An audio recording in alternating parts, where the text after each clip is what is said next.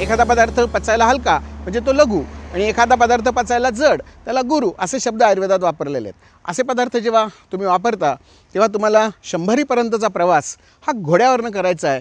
त्याच ताकदीमध्ये त्याच उमेदीमध्ये तुम्ही निरोगी आयुष्य जगू शकता। नमस्कार, मी वैद्यसुविनायदामले। पर्यटन स्थळावर काय काय खावं आणि काय खाऊ नये याची चर्चा आपण करत होतो। सांगितलेल्याचा गैरफायदा घेऊ नका एवढंच फक्त सांगण्यासाठीचा हा व्हिडिओ आहे। म्हणजे काय, सगळं खायला सांगितलं आहे, आता मी सुटणार मोकाट आणि सगळं खाणार हे त्यावेळेला ठीक आहे। परंतु ज्यांना आधी एखाद्या पदार्थांचा त्रास माहिती आहे, जसं इडली खाऊन माझं पोट फुगतं आहे किंवा उसळपाव खाऊन माझं ॲसिडिटी जबरदस्त वाढते, असं 7-8 वेळा झालं आहे, असं ज्यांना हिस्ट्री माहिती आहे आपली स्वतःची, त्यांनी या फंदात पडू नये। मग त्यांनी दुसरा ऑप्शन निवडावा आणि दुसरा मेनू घ्यावा। दुसरा मेनू काय होऊ शकतो? ज्यांना इडलीचा त्रास होऊ शकतो, आंबवलेल्या पदार्थांचा त्रास होऊ शकतो, त्यांच्याकडे दुसरा ऑप्शन काय आहे? तर त्यांनी डोसा आयटम खावेत। आंबवलेल्या पिठाचाच पदार्थ आहे, परंतु तो त्या तव्यावर डीप फ्राय केलेला असतो। त्याच्यातला कार्बोनेटेड भाग जो आहे हा सगळा उडून गेलेला असतो, जळून गेलेला असतो, खमंग खरपूस आमच्या भाषेमध्ये खरपाकी झालेला असतो। असा जेव्हा खरपाकी पदार्थ खाल्ला जातो तेव्हा त्याच्यातल्या आंबवलेल्या पिठाचे दोष जातात असं आपण मानतो। मग त्याच्यात पेपर डोसा चालेल, साधा डोसा चालेल, मैसूर डोसा चालेल, बटाट्याची भाजी आवडत नसेल बाजूला ठेवा, पण बाकीचे सगळे प्रकार तुम्हाला चालू शकतील। म्हणजे इडली आणि दहीवडापेक्षा किंवा आंबोळीपेक्षा डोसा आयटम चांगला। कोकणात जर आलात तर तुम्हाला घावन हा सगळ्यात चांगला पर्याय आहे। घावन हे आंबवलेल्या पिठाचे असत नाहीत, ते तांदळाच्या पिठापासून तयार केले जातात आणि हे पीठ कुठेही फर्मेंट केलं जात नाही, ताजं पीठ असतं। या घावनाबरोबर चटणी दिली जाते आणि नारळाचा रसही दिला जातो। हा एक चांगला ऑप्शन असू शकतो। कोकणात आल्यानंतर शिरवळा खाल्ल्याशिवाय जायचंच नाही। शेवया, नूडल्स असं म्हणतात, कोकणी नूडल्स म्हणजे शेवया। त्याचा एक वेगळा साचा असतो, ह्या साच्यातनं ह्या शेवया काढायच्या आणि त्या नारळाच्या रसात बुचकळून खायच्या।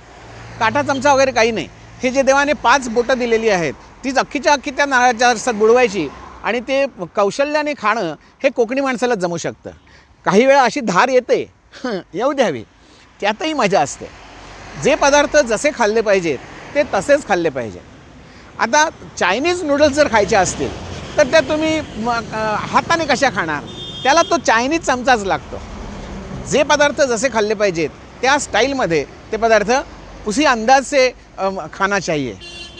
आता बटाटा वडा खायचा आहे, वडापाव जर खायचा असेल तर तो पाव असा करून उघडायचा, छानपैकी हिरवी चटणी, लाल चटणी, एक मिरची, कांद्याचा चुरा थोडासा आणि आत वडा असा जर कोंबला आणि असा जर वडा कोंबून खायचा असेल तर मला सांगा तुम्ही तो काट्या चमच्याने कसा खाणार?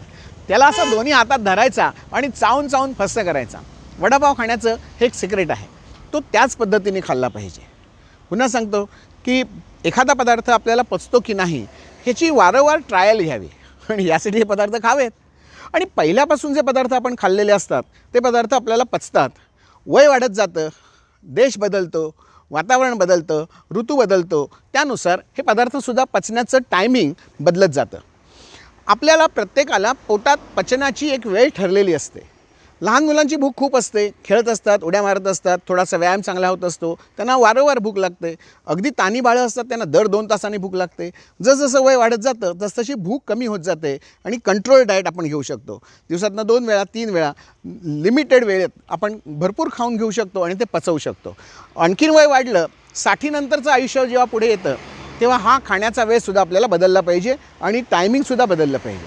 खाण्यापिण्याच्या ज्या वेळा आहेत आपल्या पचनाच्या वेळा आहेत आणि त्या पदार्थाची लघु आणि गुरु हे गुण आहेत। एखादा पदार्थ पचायला हलका म्हणजे तो लघु आणि एखादा पदार्थ पचायला जड त्याला गुरु असे शब्द आयुर्वेदात वापरलेले आहेत। असे पदार्थ जेव्हा तुम्ही वापरता तेव्हा तुम्हाला 100पर्यंतचा प्रवास हा घोड्यावरनं करायचा आहे। त्याच ताकदीमध्ये त्याच उमेदीमध्ये तुम्ही निरोगी आयुष्य जगू शकता औषधांशिवाय।